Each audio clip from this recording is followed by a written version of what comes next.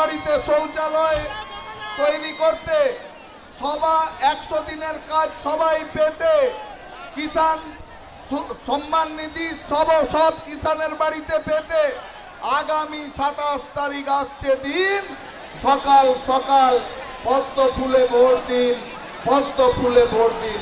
এরপরে আমাদের মাননীয় প্রধানমন্ত্রীজির কপ্টার এসে গেছে, আমরা তাদের স্বাগত জানাবো। আমি যারা মাঠে যারা ছায়ায় দাঁড়িয়ে আছেন তাদের আগ্রহ করছি, সবাই সামনে আসুন।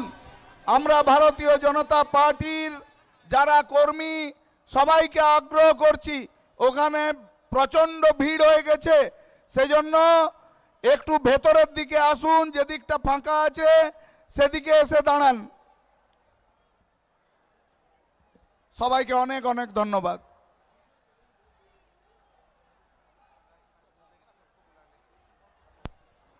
মঞ্চের ডান দিকে জায়গা কিছুটা আছে, যারা একদম পিছনে আছেন আমাদের রাজ্য সভাপতি দিলীপ দা বারবার অনুরোধ করেছেন আপনাদেরকে, গাছের তলায় যারা আছেন তারা বেরিয়ে আসুন, তারা মাঠে চলে আসুন। আমরা আর কিছুক্ষণের মধ্যেই আমাদের প্রধানমন্ত্রী চলে আসবেন। এখন আপনাদের সামনে বক্তব্য রাখবেন ঝাড়গ্রাম বিধানসভার প্রার্থী প্রাক্তন সভাপতি সুকুমার শতপথী। আমি সুকুমার দাকে বলবো তার মূল্যবান বক্তব্য রাখার জন্য।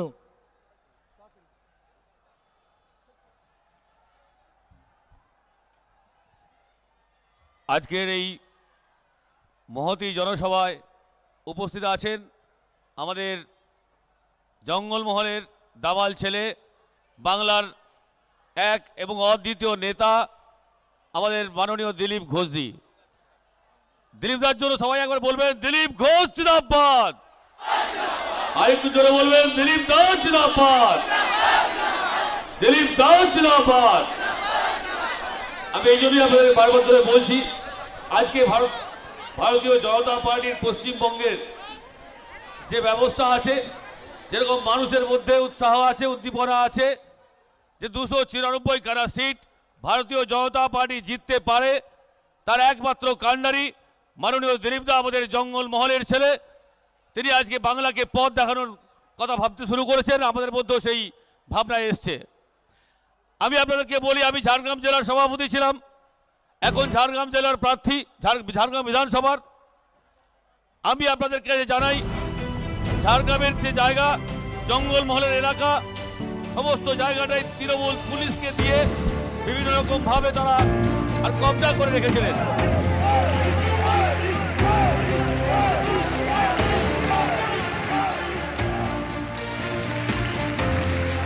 ভিডিওটা চলছে, এক্ষুনি মোদিজি ঢুকছে, আপনারা দেখুন।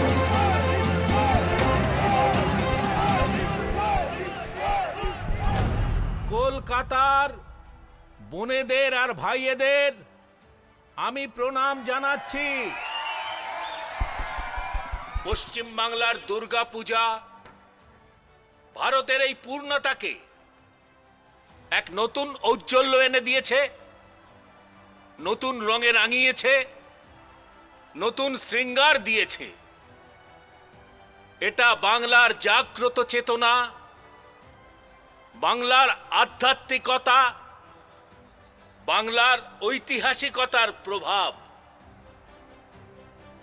পবিত্র ষষ্ঠীর এই পুণ্য লগ্নে আমি বাংলার পবিত্র পুণ্য ভূমিকে আজ সশ্রদ্ধ প্রণাম জানাচ্ছি। রামকৃষ্ণ পরমহংস, স্বামী বিবেকানন্দ, চৈতন্য মহাপ্রভু, শ্রী অরবিন্দ, বাবা লোকনাথ, শ্রী ঠাকুর অনুকূল চন্দ্র, মা আনন্দময়ী, এইরকম অসংখ্য অসংখ্য ঋষি পরম্পরার মহানুভবদের, মনীষীদের, তপস্বীদের আজ আমি সশ্রদ্ধ প্রণাম জানাচ্ছি। ভারত মাতার আশীর্বাদ নিয়ে সোনার বাংলার সংকল্প অবশ্যই পূরণ করতে হবে। এখানে আগত একজন ব্যক্তি, আমাদের মায়েরা, আমাদের বোনেরা, আমাদের মেয়েরা, বাংলার যুবকেরা আজ বাংলায় আসল পরিবর্তনের জন্য এসেছে। বিশ্বাস বাংলার উন্নয়নের, বিশ্বাস বাংলার পরিস্থিতি বদলাবার, বিশ্বাস বাংলার বিনিয়োগ বৃদ্ধি করা, উদ্যোগ বৃদ্ধি করা, বিশ্বাস বাংলার পুনর্নির্মাণের, বিশ্বাস বাংলার সংস্কৃতি আর এখানকার পরম্পরা রক্ষা করা। কেন্দ্রে আমাদের যে সরকার রয়েছে তারা কলকাতাকে সুন্দর করে সাজিয়ে তোলার জন্য অনেক প্রয়াস করেছে। যখন কলকাতায় বিকাশের ডাবল ইঞ্জিন লেগে যাবে তখন সব সমস্যা, সব বাধা শেষ হয়ে যাবে।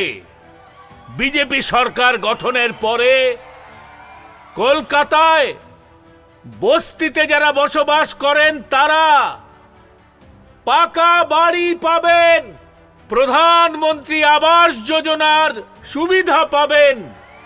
হকার আর ঠেলাওয়ালা আমাদের ভাই বোনদেরও বিজেপি সরকার এলে পরে স্বনিধি যোজনার সুবিধা যত দ্রুত সম্ভব পাইয়ে দেওয়া হবে।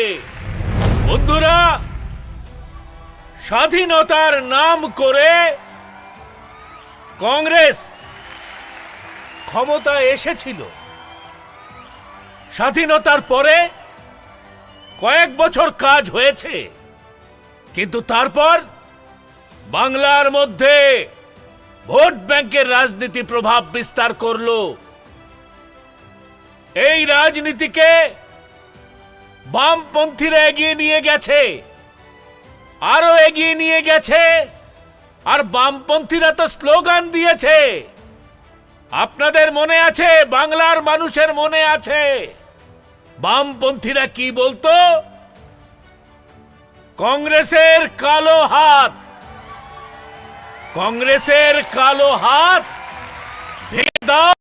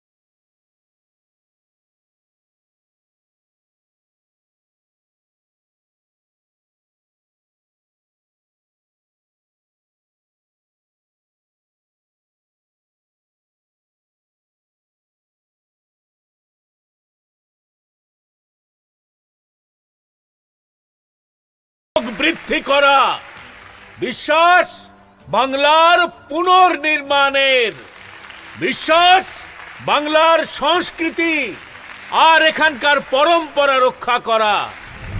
কেন্দ্রে আমাদের যে সরকার রয়েছে তারা কলকাতাকে সুন্দর করে সাজিয়ে তোলার জন্য অনেক প্রয়াস করেছে।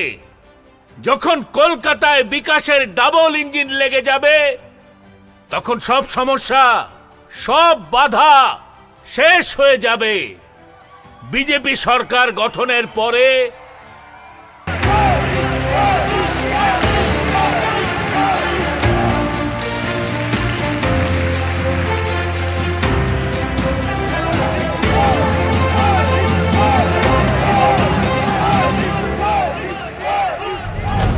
কলকাতার বোনেদের আর ভাইয়েদের আমি প্রণাম জানাচ্ছি।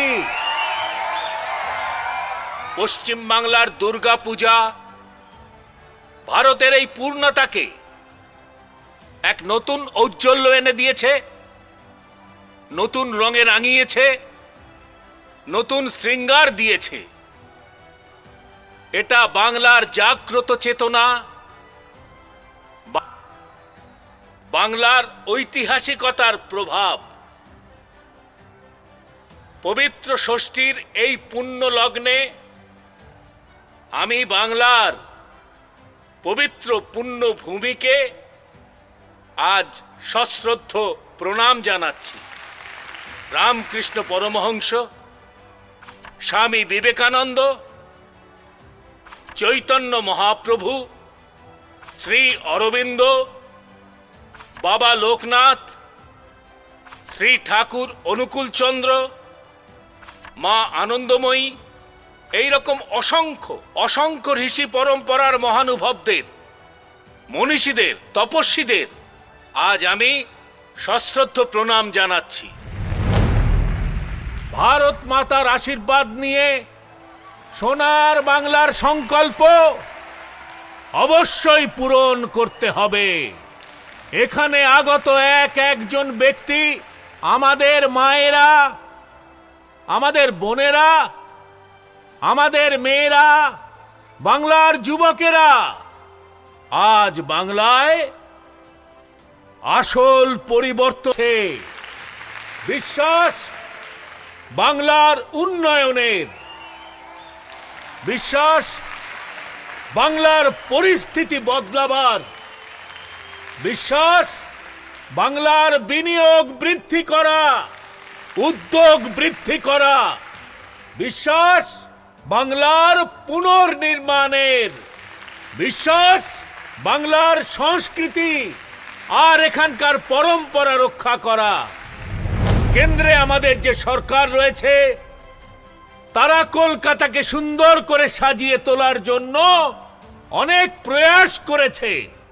যখন কলকাতায় বিকাশের ডাবল ইঞ্জিন লেগে যাবে তখন সব সমস্যা, সব বাধা শেষ হয়ে যাবে।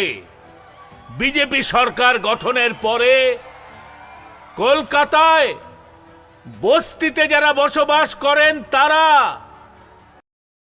বাড়ি পাবেন, প্রধানমন্ত্রী আবাস যোজনার সুবিধা পাবেন। হকার আর ঠেলাওয়ালা আমাদের ভাই বোনদেরও বিজেপি সরকার এলে পরে স্বনিধি যোজনার সুবিধা যত দ্রুত সম্ভব পাইয়ে দেওয়া হবে। বন্ধুরা, স্বাধীনতার নাম করে কংগ্রেস ক্ষমতায় এসেছিল। স্বাধীনতার পরে কয়েক বছর কাজ হয়েছে, কিন্তু তারপর বাংলার মধ্যে ভোট ব্যাংকের রাজনীতি প্রভাব বিস্তার করলো।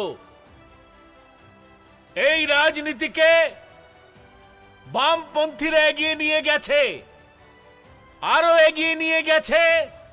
আর বামপন্থীরা তো স্লোগান দিয়েছে, আপনাদের মনে আছে, বাংলার মানুষের মনে আছে, বামপন্থীরা কি বলতো? কংগ্রেসের কালো হাত, কংগ্রেসের কালো হাত ভেঙে দাও, গুড়িয়ে দাও।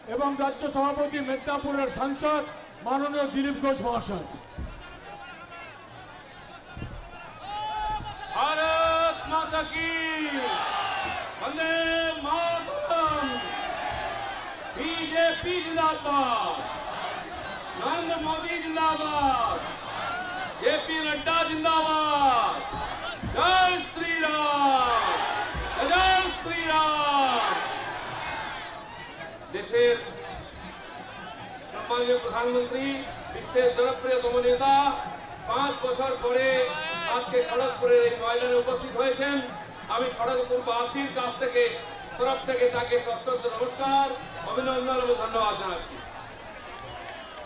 আমাদের অখণ্ড মেদিনীপুর জেলার সমস্ত বিধানসভা প্রার্থীরা, জেলা সভাপতিরা, মাইনা তুষাররা, আমার সমস্ত সহকর্মী এখানে উপস্থিত আছেন এবং এখানকার স্থানীয় জনতা যারা বারবার বিজেপিকে ভোট দিয়ে জিতিয়েছেন, কখনো বিধানসভায়, কখনো লোকসভায়, কখনো পঞ্চায়েতে তারা বিপুল সংখ্যায় উপস্থিত হয়েছেন এবং এখনো বহু মিছিল আসছে যারা হয়তো ঢুকতেই পারবেন না এবং বহু বাস রাস্তায় আটকে গেছে। যেই কর্মীরা বাড়ি থেকে বেরিয়েছেন আসার জন্য তাদেরকে আমি ধন্যবাদ অভিনন্দন জানাচ্ছি। বন্ধুগণ, আমরা মাননীয় প্রধানমন্ত্রীর ভাষণ শুনতে চাই, কিন্তু আমার মনে পড়েছে 5 বছর আগে প্রধানমন্ত্রী আমাদের আশীর্বাদ দেওয়ার জন্য এখানে এসেছিলেন। তখন ভারতীয় জনতা পার্টি কেবলমাত্র বিধানসভায় প্রবেশ করার জন্য লড়াই লড়ছিল। আর আজ 5 বছর পরে পশ্চিমবাংলার বিজেপি নবান্ন দখল করার জন্য লড়াই লড়ছে। তাই এই লড়াই হচ্ছে আর পারের লড়াই, পশ্চিমবাংলার ভাগ্য পরিবর্তনের লড়াই। এই লড়াই আমরা জিতব। 200 আসন নিয়ে পশ্চিমবঙ্গ বিধানসভায় ভারতীয় জনতা পার্টির মুখ্যমন্ত্রী বসবেন। নবান্নতে আমাদের কবজা হবে এবং পশ্চিমবঙ্গকে শ্যামাপ্রসাদের স্বপ্নের অনুসারে আমরা নতুন বাংলা গড়ে তুলব, সোনার বাংলা গড়ে তুলব। বন্ধুগণ, আমাদের মুখ্যমন্ত্রী বলেছেন তারা নাকি বাংলার লোক প্রধানমন্ত্রীকে দেখতে চান না, মুখ দেখতে চান না।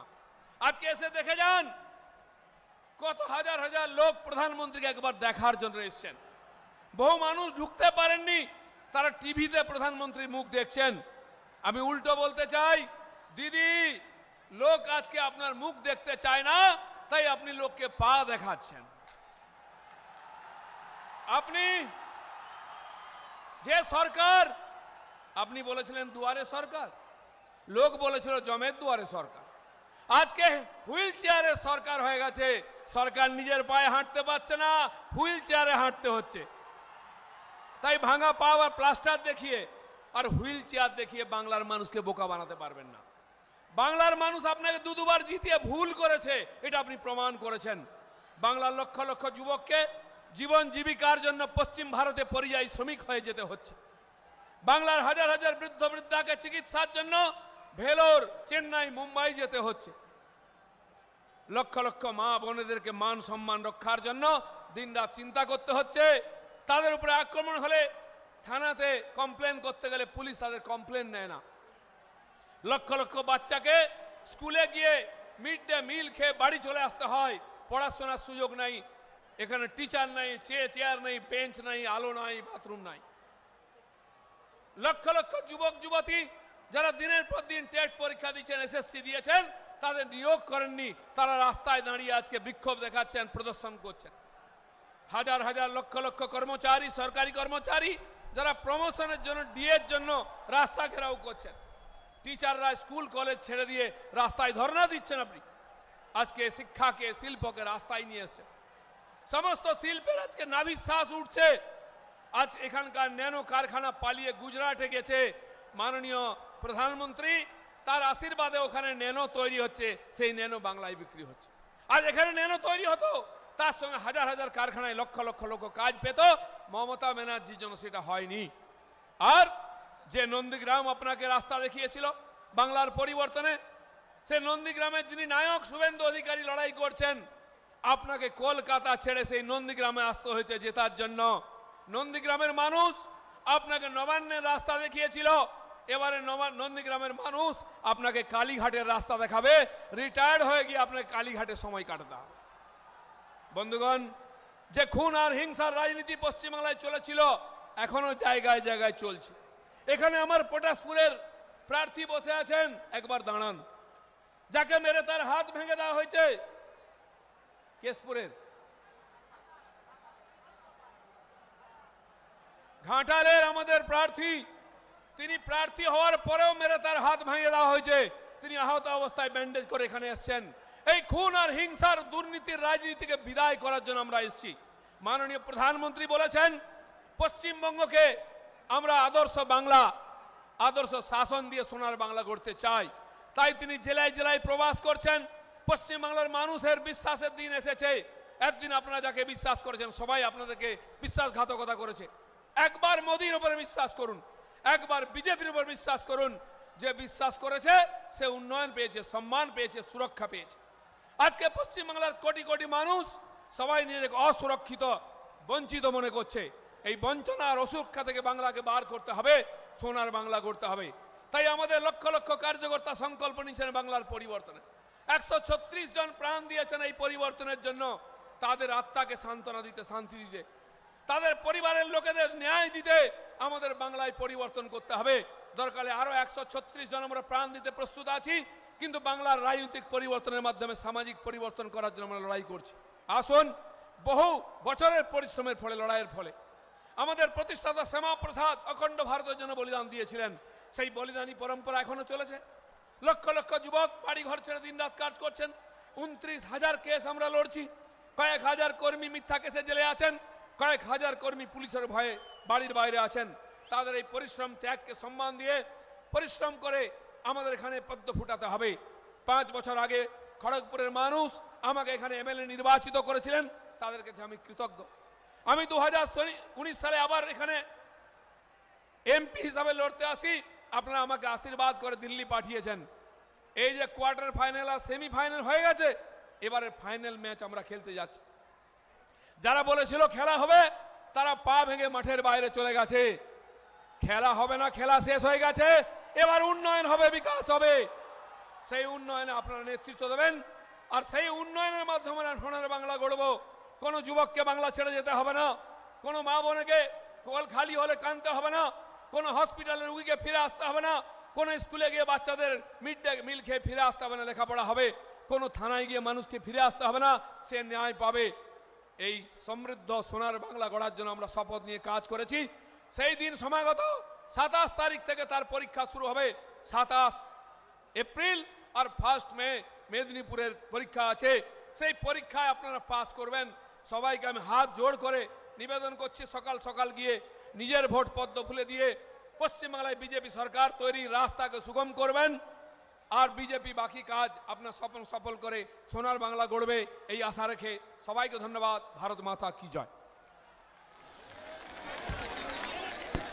আমরা যার জন্য অধীর আগ্রহ এখানে অপেক্ষা করছি, খড়গপুরের সমস্ত মানুষ এবং বিভিন্ন জায়গা থেকে যারা এসছেন, আমাদের মাননীয় প্রধানমন্ত্রী আপনাদের কাছে আশীর্বাদ নিতে এসছেন।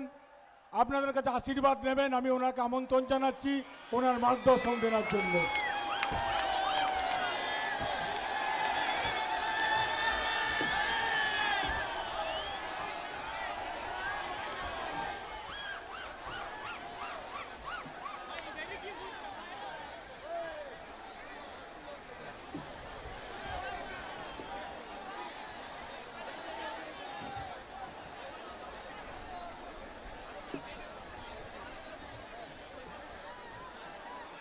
भारत माता की, भारत माता की, भारत माता की। নমস্কার, আপনারা কেমন আছেন? জয় জোহার, জয় গোরাম, बीधिरी, खड़गेश्वर महादेव, जाडेश्वर महादेव, मां सर्वमंगला, मां महिषासुर मर्दिनी, ऐसे अनेक तीर्थ क्षेत्रों की इस धरती, मैं उस धरती और धरती के लोगों को प्रणाम करता हूं। इस धरती ने राष्ट्र सेवा में शहीद खुदीराम बोस, क्रांतिकारी हेमचंद्र कानूनगो, वीरेंद्र नाथ शासमल, निर्मल जीवन घोष ऐसे अनगिनत क्रांतिकारी दिए। यहां के संथाल आंदोलन ने भारत की आजादी में बहुत अहम भूमिका निभाई है। ये धरती भारत मां के महान सपूत ईश्वर चंद्र विद्यासागर जी की भूमि है।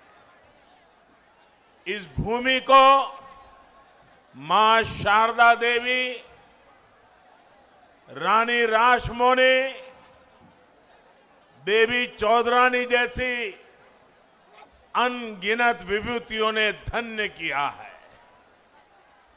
कादम्बिनी गांगुली और चंद्रमुखी बासु ने यहां की विलक्षण प्रतिभा का प्रकाश बिखेरा है। इसी क्षेत्र में देश की आजादी के लिए शहीद हुई माता स्वरूपा मातंगिनी हाजरा ने नारी शक्ति का सबसे बड़ा आदर्श प्रस्तुत किया है। मैं इस धरती का वंदन करता हूं। ये मेरा सौभाग्य है कि आज इतनी बड़ी संख्या में आप सभी बीजेपी को आशीर्वाद देने आए हैं। आपका ये उत्साह साफ साफ कह रहा है, बंगाल में इस बार बीजेपी सरकार, बंगाल में इस बार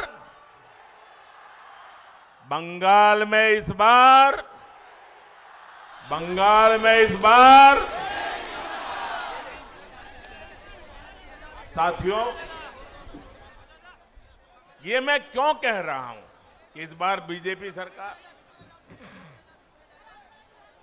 बंगाल के उज्जवल भविष्य के लिए इस धरती पर हमारे 130 के करीब कार्यकर्ताओं ने अपना जीवन न्योछावर कर दिया ताकि बंगाल आबाद रहे। मैं ये क्यों कह रहा हूं? मुझे गर्व है मेरी पार्टी के पास दिलीप घोष जैसे अध्यक्ष है।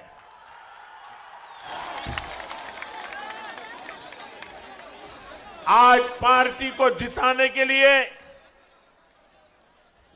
पिछले कई वर्षों से दिलीप घोष न चैन की नींद सोए हैं, न दीदी की धमकियों से डरे हैं। उन पर अनेक हमले हुए, उनको मौत के घाट उतारने की कोशिशें हुई, लेकिन वह बंगाल के उज्जवल भविष्य का प्रण लेकर के चल पड़े और आज पूरे बंगाल में नई ऊर्जा भर रहे हैं। और इसलिए मैं कह रहा हूं कि इस बार बीजेपी सरकार। साथियों, खड़गपुर के इस क्षेत्र में मिनी भारत की झलक मिलती है। भारत की विविधता, अलग अलग भाषाओं, बोलियों की ताकत यहां देखने को मिलती है। खड़गपुर का इतना लंबा रेलवे प्लेटफॉर्म, भारत की पहली आईआईटी इस भूमि का गौरव बढ़ाते हैं। भारतीय रेलवे को मजबूती देने में यहां के लोगों का बहुत बड़ा योगदान रहा है। इस ऐतिहासिक भूमि पर मैं आप लोगों को असोल परिवर्तन का विश्वास दिलाने आया हूं। असोल परिवर्तन। आपने कांग्रेस के कारनामे देखे हैं, वाम दल की बर्बादी को अनुभव किया है, और टीएमसी ने आपके सपनों को कैसे चूर चूर किया, पिछले 70 साल में यही देखा है। मैं बंगाल वासियों के कहता हूं, आपने 70 साल तक अनेकों को अवसर दिया है।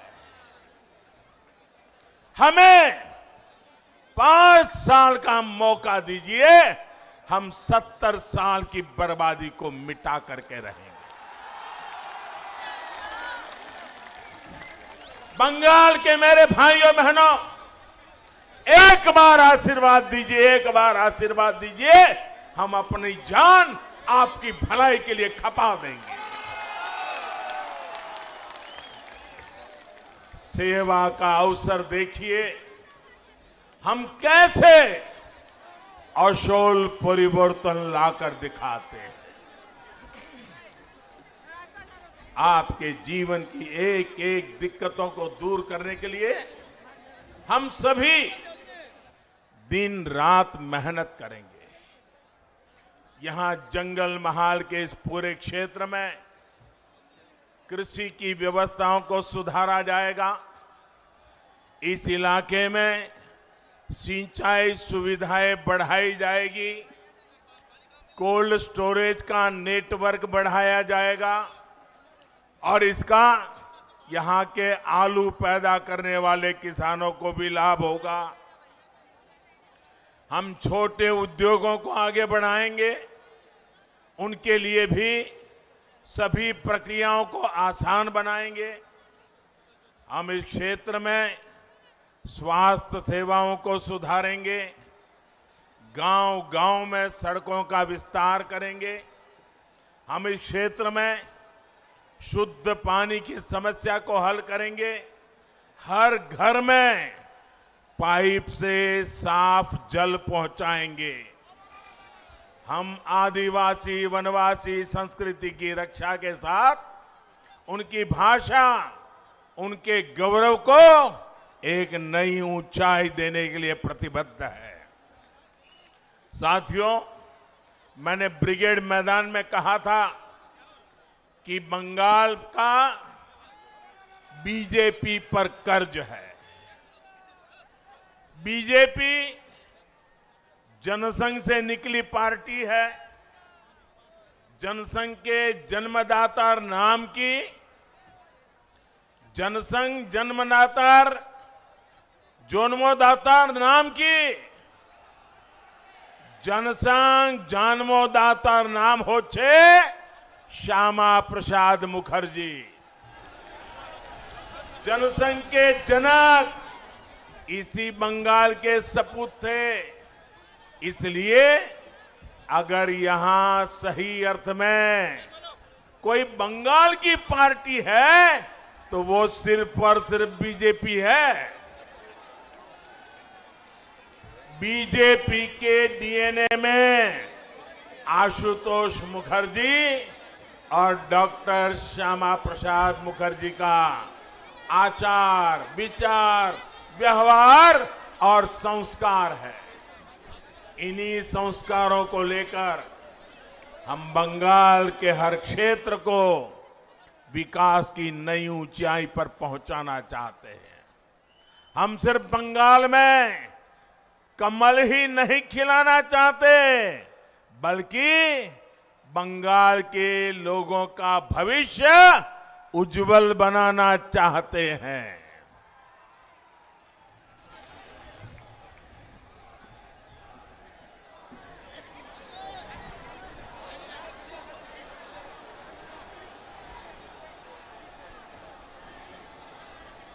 साथियों,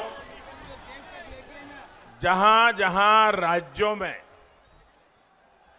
बीजेपी सरकारें हैं, वहां केंद्र और बीजेपी की राज्य सरकार मिलकर के डबल इंजन की ताकत के साथ जनता जनार्दन की सेवा में लगे हुए हैं। आप मुझे बताइए, अगर कहीं कोई गाड़ी, कोई बस कीचड़ में या गड्ढे में फंसी हो, अगर उसको बाहर निकालना हो तो सारे पैसेंजर नीचे उतर करके एक दिशा में धक्का मारते हैं कि नहीं मारते हैं? मारते हैं कि नहीं मारते हैं? लेकिन आधे पैसेंजर आगे से पीछे की धक्का मारे और आधे पैसेंजर पीछे से आगे धक्का मारे तो कीचड़ से गाड़ी निकलेगी, गड्ढे से गाड़ी निकलेगी। सबको एक ही दिशा में करना होगा ना। बंगाल में भी दिल्ली की ताकत और बंगाल की ताकत, दोनों इंजन एक दिशा में लगेंगे, तब जाकर के बंगाल ये बर्बादी से बाहर निकलेगा।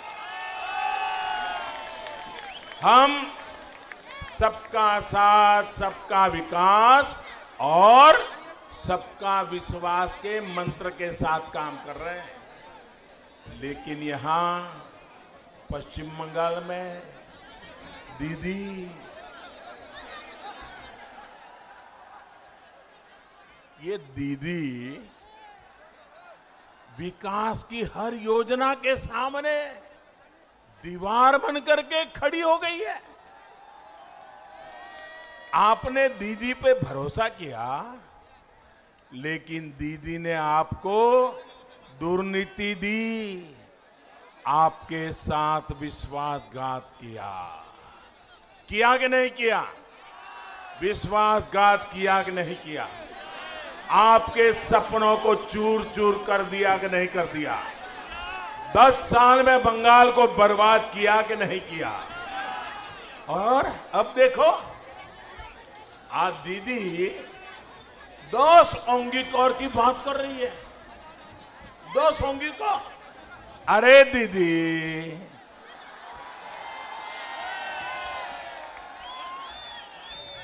बंगाल के लोगों ने आपको 10 साल सेवा का अवसर दिया था,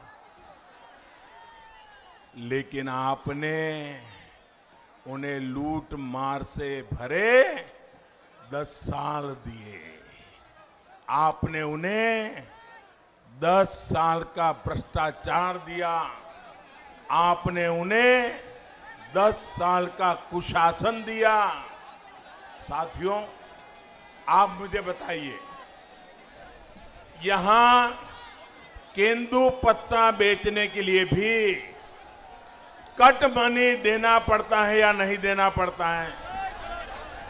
कट मनी देना पड़ता है कि नहीं देना पड़ता है?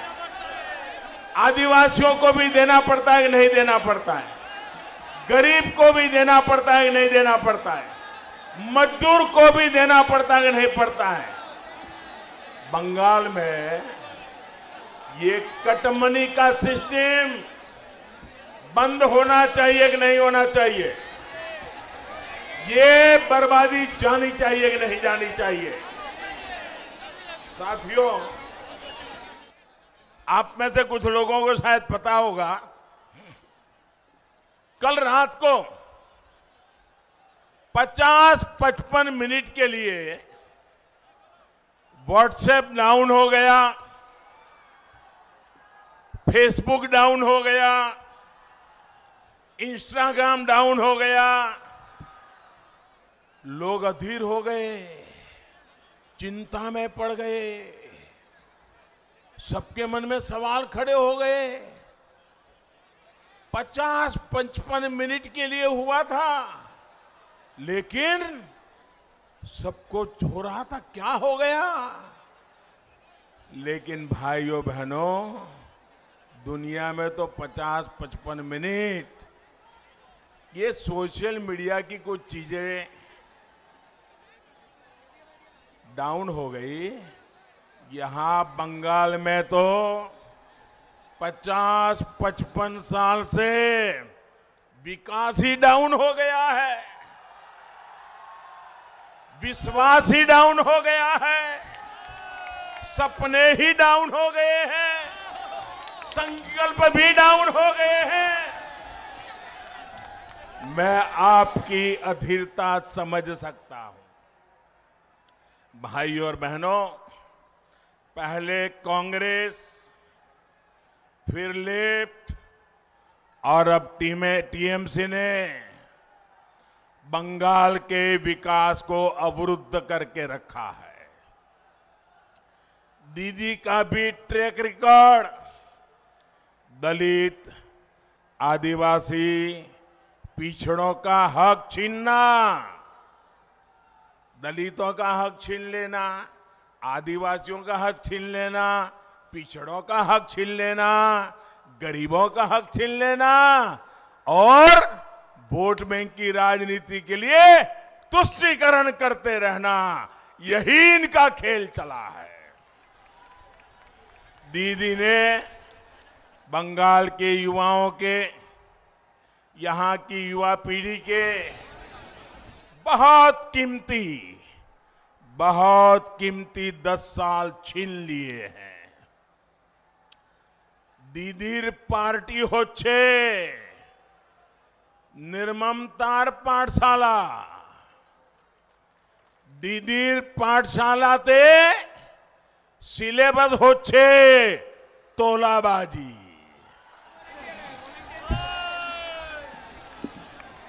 दीदीर पाठशालाते सिलेबस होच्छे कटमनी। दीदीर पाठशालाते सिलेबस होच्छे सिंडिकेट। दीदीर पाठशालात उत्पीड़ने ट्रेनिंग देवा होय, आराजो को तो ट्रेनिंग देवा होय। साथियों, आज पश्चिम बंगाल में शिक्षा की क्या स्थिति है, एक खड़गपुर के लोग बहुत भली भांति जानते हैं। शिक्षक भर्ती के नाम पर यहां का युवा कोर्ट कचहरी के चक्कर लगाने के लिए मजबूर है।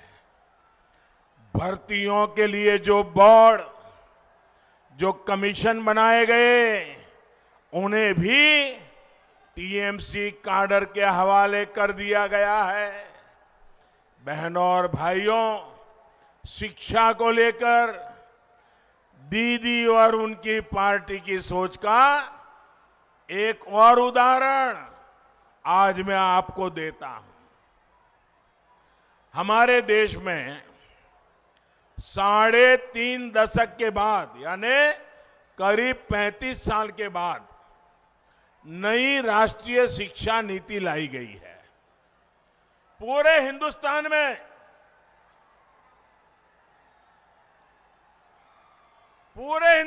में ये नई शिक्षा, राष्ट्रीय शिक्षा नीति की तारीफ हो रही है और इसका मकसद है 21वीं सदी की जरूरतों के अनुसार शिक्षा में बदलाव हो। राष्ट्रीय शिक्षा नीति में शिक्षकों की ट्रेनिंग से लेकर स्किल अपग्रेडेशन तक अनेक प्रावधान किए गए हैं और इसकी एक प्रमुख बात है स्थानीय भाषाओं में पढ़ाई पर बल। टेक्निकल एजुकेशन हो, मेडिकल की पढ़ाई हो या फिर प्रोफेशनल कोर्स, इन सब में स्थानीय भाषाओं पर जोर दिया गया है। हम चाहते हैं कि गांव और गरीब का बच्चा और भी आसानी से डॉक्टर, इंजीनियर, मैनेजर, किसी कंपनी का सीईओ बन सके। आप मुझे बताइए भैया, गरीब का बच्चा भी डॉक्टर बनना चाहिए कि नहीं बनना चाहिए? गरीब का बच्चा भी इंजीनियर होना चाहिए कि नहीं होना चाहिए? गरीब की बेटी भी अपने सपने पूरे कर सके, ऐसी व्यवस्था होनी चाहिए कि नहीं होनी चाहिए? लेकिन भाषा के कारण उसके सपने चूर चूर हो जाते हैं। हमने कहा है गरीब का बच्चा भी डॉक्टर बन सके, उसलिए उसकी भाषा में हम पढ़ाएंगे और उसको डॉक्टर बनाएंगे। लेकिन दीदी को तो इसका भी विरोध है। दीदी की सरकार नई राष्ट्रीय शिक्षा नीति को लागू करने में मना कर रही है, आना कर रही है। दीदी को पश्चिम बंगाल के लाखों युवाओं के भविष्य की, उनके कैरियर की कोई चिंता नहीं है। मैं बंगाल के नौजवानों को भरोसा देता हूं, मैं बंगाल की माताओं बहनों को भरोसा देता हूं, मैं बंगाल के दलितों को, बंगाल के आदिवासियों को, बंगाल के पिछड़े लोगों को, बंगाल के गरीब लोगों को आश्वासन देना चाहता हूं। अब दीदी को बंगाल के युवाओं के भविष्य के साथ नहीं खेलने दिया जाएगा। वो कहती रहे खेला होवे,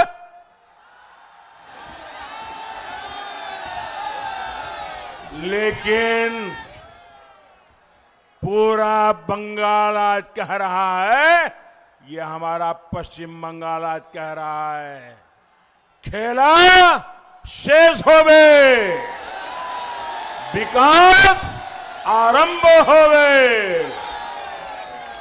साथियों,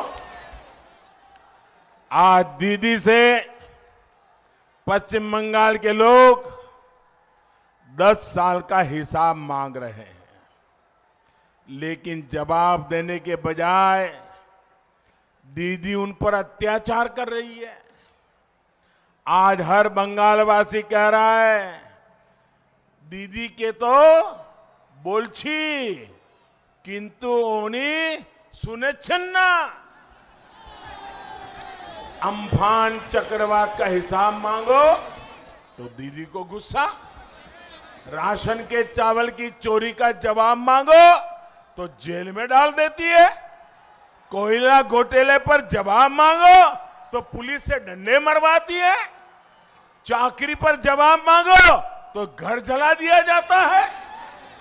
साथियों, आज बंगाल का गरीब पूछ रहा है कि उसको आयुष्मान भारत के तहत मुफ्त इलाज की सुविधा का लाभ क्यों नहीं मिलता। आज बंगाल का किसान पूछ रहा है उसको किसान सम्मान निधि के हजारों रुपए क्यों नहीं मिले। शहरों में रेहड़ी ठेला चलाने वाले गरीब पूछ रहा है कि उनको पीएम स्वनिधि के तहत आर्थिक मदद सही से क्यों नहीं मिली। आज बंगाल की बहनें पूछ रही हैं कि हर गल जल पहुंचाने के लिए टीएमसी सरकार को जो पैसा दिया था, दिल्ली से पैसा भेजा था, वो पैसा तिजोरी में रख करके क्यों बैठ गई। आज बंगाल का गरीब पूछ रहा है क्यों ममता सरकार ने लाखों गरीबों को पक्के घर से वंचित रखा। केंद्र सरकार की तरफ से बीते वर्षों में बंगाल के लिए 33 लाख पक्के घर स्वीकृत किए गए हैं। इनमें से लाखों घर अब भी पूरे नहीं हो पाए। दीदी को लगता है कि इन सब योजनाओं का फायदा अगर लोगों को होगा तो लोग मोदी को आशीर्वाद देंगे। अरे दीदी, आपको मोदी को क्रेडिट नहीं देना था तो मत दीजिए, लेकिन अपने गरीब के पेट पर लात क्यों मारी। आपने रेहड़ी पटरी वालों के पेट पर लात क्यों मारी।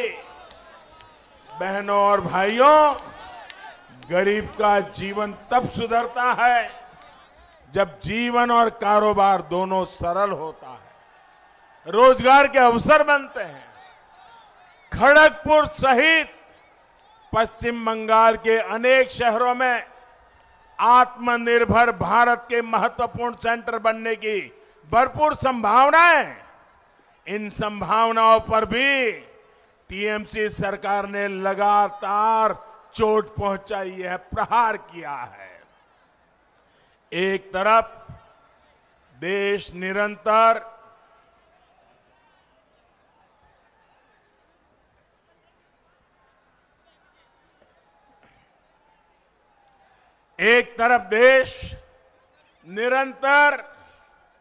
सिंगल विंडो सिस्टम की तरफ बढ़ रहा है। सरकार के अंदर सिंगल विंडो सिस्टम इसलिए ताकि कारोबारी को, उद्यमी को यहां वहां भटकना न पड़े। लेकिन पश्चिम बंगाल में एक अलग तरह का ही सिंगल विंडो सिस्टम बना दिया गया है। यहां एक अलग प्रकार का सिंगल विंडो है। बंगाल वालों को पता है, देशवासियों को अभी पता नहीं है इसका। ये सिंगल विंडो क्या है? बंगाल में सिंगल विंडो है वाइपो विंडो। बंगाल में कौन सा सिंगल विंडो है? बंगाल में कौन सा सिंगल विंडो है? वाइपो विंडो। बंगाल में कौन सा सिंगल विंडो है? पश्चिम बंगाल में इस विंडो से गुजरे बिना कुछ नहीं हो सकता। पिछले 10 साल में तृणमूल सरकार ने हर वो काम किया जो यहां रोजगार और स्वरोजगार के अवसरों को खत्म करने वाला था, रोकने वाला था।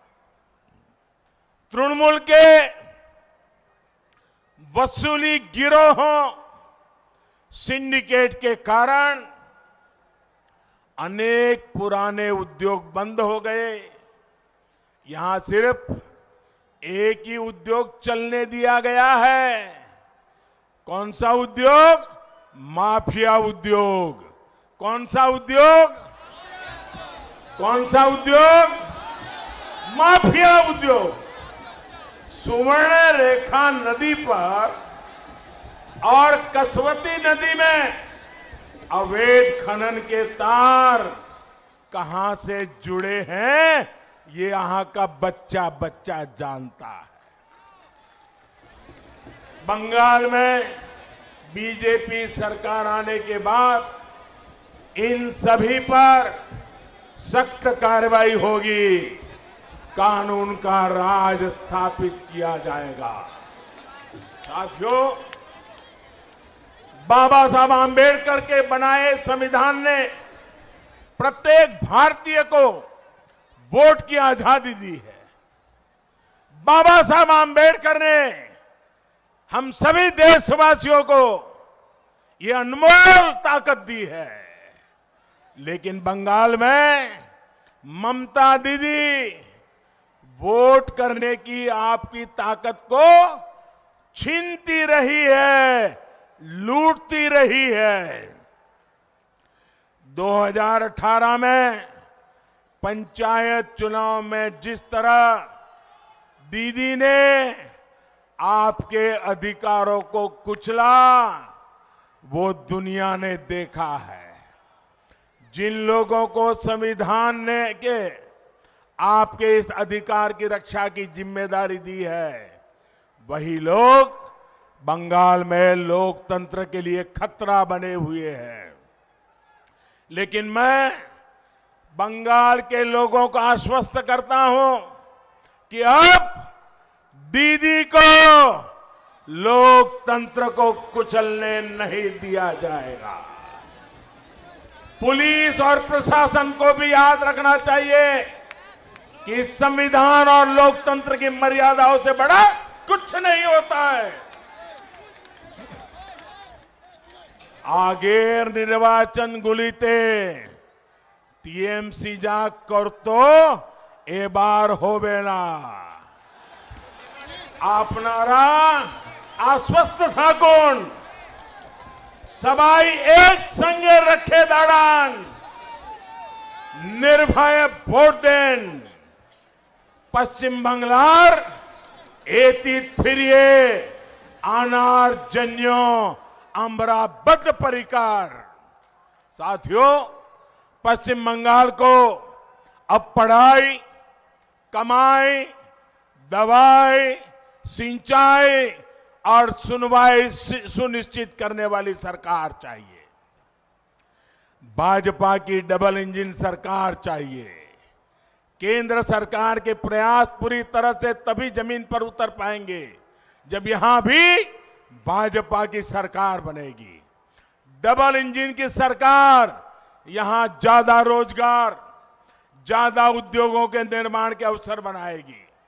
इस वर्ष के केंद्र सरकार के बजट में मेदिनीपुर के लिए एक बहुत बड़ा प्रावधान किया गया है।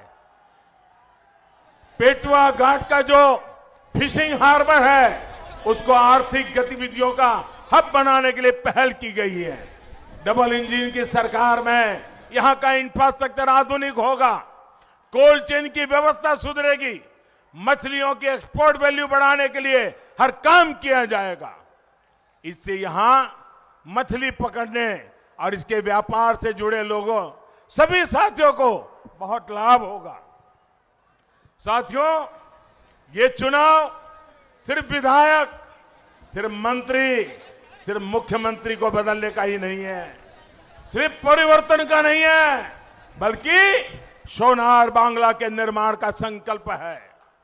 हर बूथ पर भारी संख्या में भाजपा के लिए मतदान हो, ये संकल्प लेकर के हमें यहां से निकलना है।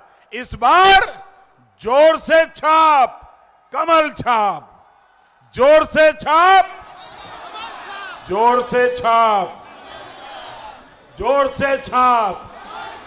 इस बार भय नहीं, इस बार भय नहीं, सिर्फ जय, सिर्फ जय।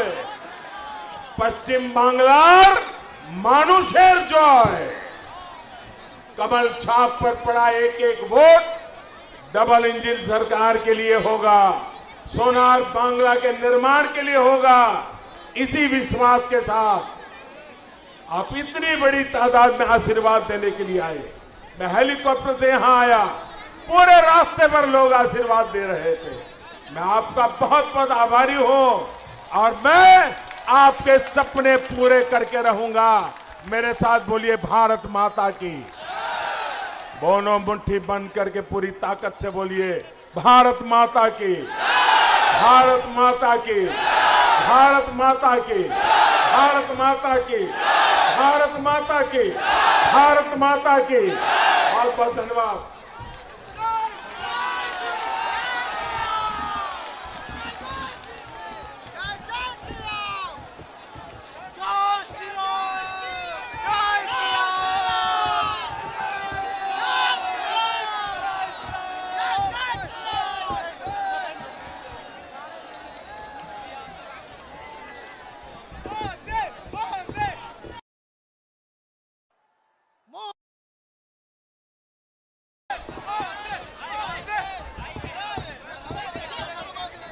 Subscribe to our channel by clicking the subscribe button.